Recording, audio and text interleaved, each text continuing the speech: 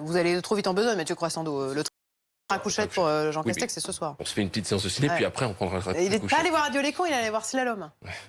Bon, du coup, ça nous amène à Lorraine, parce que la culture déconfinée, c'est aussi quelque chose. Jour de fête, hier, dans toute la France, avec des spectacles qui ont repris aussi, et notamment à l'Européen, à Paris, avec un sacré spectacle. Qui était sur scène? Alors, il y avait une pléiade, un beau plateau d'humoristes. Par exemple, il y avait Redouane Arjane, il y avait Aymeric Lompré, Tania Dutel et d'autres. Alors, le spectacle, ça s'invente pas, ça s'appelle 35%, évidemment, en référence à la jauge limitée pour les salles. Et difficile de pas s'inspirer de l'actualité pour les sketchs, forcément. Exemple avec Paul Taylor, qui était sur scène, qui teste ses nouvelles vannes avec le public, et Thomas VDB.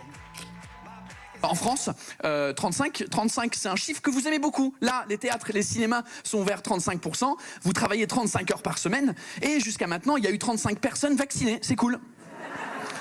You laughed. OK, je la garde. Jusqu'au 9 juin, parce qu'après, c'est foutu. On est à 65%, donc la blague, elle fonctionne plus. C'est vrai que c'est quand même un événement que les théâtres rouvrent ce soir.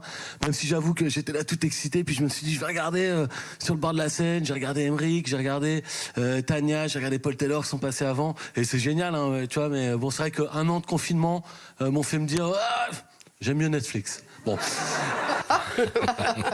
Alors là, on a vraiment l'impression que la salle est pleine. Il y avait 123 spectateurs hier, au lieu de 350 normalement. Port du masque obligatoire, vous voyez sur les images. Et un siège d'écart entre les groupes. Mais c'est pas grave, il y a les rires qui ont comblé le vide entre les sièges. Et à la sortie du spectacle, ils étaient heureux, les spectateurs. Écoutez-les au micro de Nicolas Traîneau d'RMC. Je suis arrivé en retard parce que j'étais en terrasse avant, donc mais j'étais quand même content d'aller au théâtre. Et là, il nous reste un quart d'heure avant la dernière pinte, donc je suis désolé, il va falloir qu'on y aille. Mais c'était vraiment une super soirée. De revoir du monde, de revoir du public, de revoir un peu de convivialité, des émotions partagées, c'est top. Surtout rigoler parce qu'avec les potes, ça fait 6 mois qu'on rigole plus, donc à un moment, il fallait qu'on rigole, quoi.